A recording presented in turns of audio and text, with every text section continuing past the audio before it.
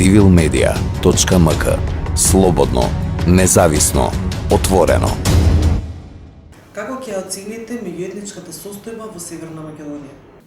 Македонија е специфична држава поради тоа што живеат различни народи од различни вери, различна етничка припадност и секогаш во ваквите држави нормално е да се очекуваат одредени проблеми.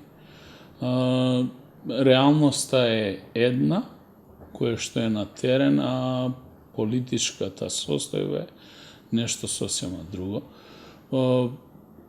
Тензии помеѓу политичките субјекти на етничко ниво нема и не постојат. Реално од граѓаните сакаат да живеат заедно, соработуваат максимално, ако го земеме за пример Куманово, но постои поделеност на етничка општина, на етничка основа и тоа е нашата реалност, а ние, избраните лица, имаме обврска да ги намалиме тие поделености во општеството. Еве јас како градоначалник на една мултиетничка општина кај што живеат и македонци, и албанци, и срби, и роми, и турци, и власи, и бошњаци, и хрвати, и сите останати етнички заедници кои што ги има во нашата држава, бидејќи Куманово е Македонија во мало, можам да кажам дека младите луѓе се поделени по етничка основа и потребно е да се вложат многу поголеми напори, системски напори, за да се обединат да тоа биде нешто слично како што некогаш беше пред 90-тите години.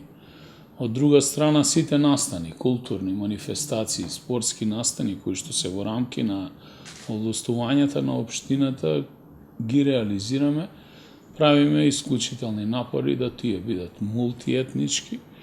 Далеку е подобра од пред 20 години по војниот конфликт 2001, но мислам дека не направивме доволно. Ако нас децата ни се поделени во детските градинки или во основните училишта, да што да зборуваме за средните или за високото образование.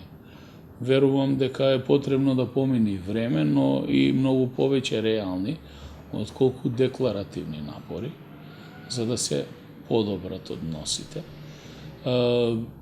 Верувам дека еден ден ќе стигнеме до нивото да сите етнички заедници бидат измешани помеѓу себе и се надпреваруваат помеѓу себе врз база на собствените ставови и убедувања, но не водејќи се од етнички, верски или било каков друг карактер, туку водејќи се по основ на тоа што е добро, а што е лошо за заедницата. Кои се вашите заложби како градоначалник, меѓутоа и на општина Куманово во промоција на мултикултурата и европските вредности? Па ние ги поддржуваме сите проекти на полето на културата. И сите мултиетнички и сите моноетнички настани. Даваме значење на секоја етничка заедница подеднакво, со тоа што ги поддржуваме финансиски нивните културни, па и спортски настани. Тоа се деновите на одбележување на значајните датуми за одредена етничка заедница, исто така и верските празници, можам да наведам конкретни примери. Организација со Младинскиот исламски форум на ифтарска вечер на градскиот плоштад, бајрамски концерт, исто така литијата на денот на градот, денот на празникот на градот Свети Никола, која што се организира од Сдруженијето Коледари од Куманово, одбележување на Бадникот и сите други верски настани, кои што се поврзани со нашето секојдневие, а по однос на етничките датуми, значи тоа е одбележување на сите денови на етничките заедници, почнувајќи од одбележување на српскиот празник Свети Сава, денот на албанската азбука, денот на албанското знаме, дополнително сите државни празници и манифестации кои што првенствено се однесуваат и на македонската нација, но и на сите етнички заедници кои што тој датум мора да го прифатат како државен празник и своји да го одбележуваат. Денот на градот 11 ноември, каде што имаме поголем број на културни настани, организација на поголем број на концерти, на кои што концерти настапуваат различни интерпретатори од различни етнички заедници. Денот на трубата, Рома Труба Фест, тамбурашкиот концерт и фестивал, детскиот концерт Распејано детство, детскиот концерт Фљутар, Пеперутка и многу други културни настани кои што поминуваат и се финансираат од страна на буџетот, додека спортот е нешто што не познава нација или етнос и тоа е за сите.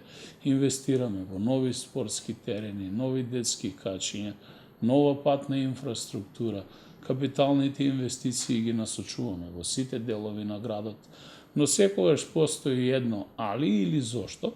Ако градите во еден дел на градот, другиот дел реагира, па се бара и етничка основа, зошто се инвестира во ово или во другиот дел на градот, така да мислам дека сето тоа во Куманово се обидуваме да го правиме прилично избалансирано, за да никој не се чувствува запоставен. Каде ја идентификувате дискриминацијата и поларизацијата во нашето општество, во нашата држава?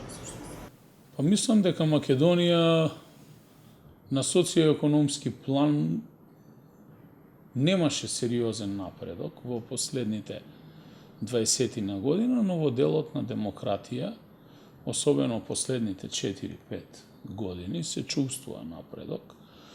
Барем денеска живееме во држава во која што секој може да каже што мисли, отворено и при тоа да не сноси посериозни последици врз база на искажаниот збор.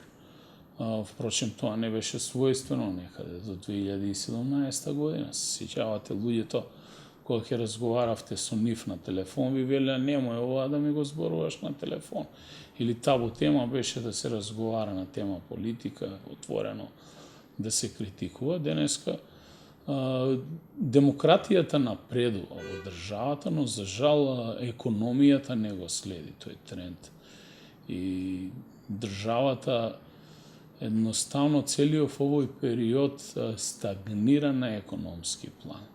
Ние во државата не успеаваме да изнајдеме формула како тоа да го подигнеме бруто националниот производ и со тоа да го збогатиме и сопствениот живот на секој граѓанин, животниот стандард, да ја намалиме невработеноста. Иако беа голем број на економски мерки преземени во делот на покачување на минималната плата, реалниот сектор не го следеше тој тренд, бидејќи дојде до едно обезвреднување на вредноста на парите, онаа што можевте во минатото да го купите за луѓето вообичаено калкулираат во евра за 100 евра, денеска купувате на половина па и многу помалку, што значи дека цените растат, паралелно и животните трошоци растат. Но како и да е, од аспект на дискриминација, денеска не можам да кажам дека во Македонија има некои сериозни облици на дискриминација. Многу пати се користи терминот маргинализирани групи. Не сум поборник на една таква дебата. Сметам дека нема простор во едно модерно општество за маргинализирани групи или било кој да се чувствува маргинализирано. Сепак тоа се индивидуални ставови на одредени поединци. Ние тежнееме да живееме во едно модерно општество, во кое што модерно општество има простор и место за сите, а секој нека одлучува во рамки на неговиот живот како ќе го живее сопствениот живот, но при тоа не треба ни да се потенцира премногу дека некој е маргинализиран, бидејќи на тој начин, според мене, вие самите себе си се маргинализирате со постојано потенцирање на таквите појави. Едноставно Македонија е демократска, суверена држава која што дава еднакви права и можности на сите граѓани без разлика кој на која етничка, верска или било која друга припадност и припаѓа, сите имаме еднакви права и можности. Како го оценувате досегашното спроведување на стратегијата Едно општество за сите и што според вас недостасува во истата со оглед на тоа дека на повеќе приготвување на нова стратегија за едно општество за сите. Нова тригодишна стратегија. Па видите, јас имав чест да бидам составен дел од тимот кој што заедно со многу еминентни лица во државата, и граѓански активисти, и, значи активисти од невладиниот сектор, но и универзитетски професори и експерти по социологија работеа на темата едно општество за сите, и бев уверен и се уште сум уверен дека Македонија може реално да изгради еднакво општество за сите. Но еднакво општество за сите не е замислил да аспект да биде еднакво општество само за граѓаните, туку буквално еднакво општество за сите кои што живеат во него, вклучувајќи и политичката елита. Вие денеска во државата имате сосема друга состојба. Имате едно општество за политичката елита и друго општество, останатиот дел на општеството, за граѓаните, што е несвојствено, што значи имате поделено општество, или да не речам класно поделено општество, оние кои што се занимаваат со политика и кои што се блиски во политичките субјекти, без разлика дали денеска се истите на власт или во опозицијата, и се здружени во одредени облици на делување, а тоа се вика политичка партија, и сите останати граѓани кои што многу често се прашуваат дали има простор и место во оваа држава за нас, и најголем дел од нив всушност, особено прогресивните млади сили, поради тоа и тие фрустрации се заменуваат од државата. Зошто?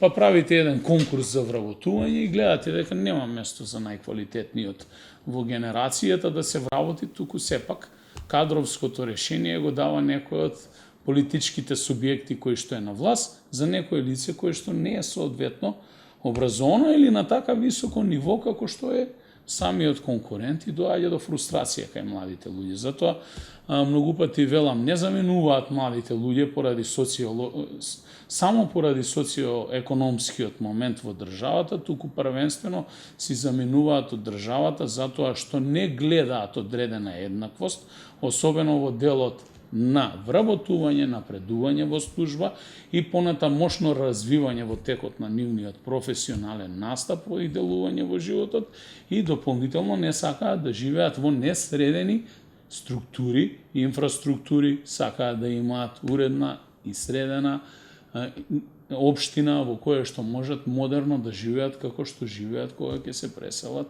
на запад. И затоа ни се случува овој масовен тренд на иселување. Кога ќе одите на пазарот на трудот во некој од западноевропските земји, никој ниту ве прашува кои сте, ни што сте, толку што знаете да работите и какво е вашето претходно искуство. И тука младите луѓе многу полесно се снаоѓаат на тој простор отколку овде. Овде ве прашуваат чиј сте, со кого сте конектиран, дали сте член на една, друга или трета политичка партија, и затоа сметам дека можеби во иднина треба да креираме непартиско општество, кое што реално ќе им припаѓа на сите, а не да креираме едно општество за сите под знак на наводници, каде што во тоа општество ќе има посебен дел од општеството за обичниот народ, а посебен дел за политичката елита и луѓето кои што им даваат континуирана поддршка, кои што ги обкружуваат нив.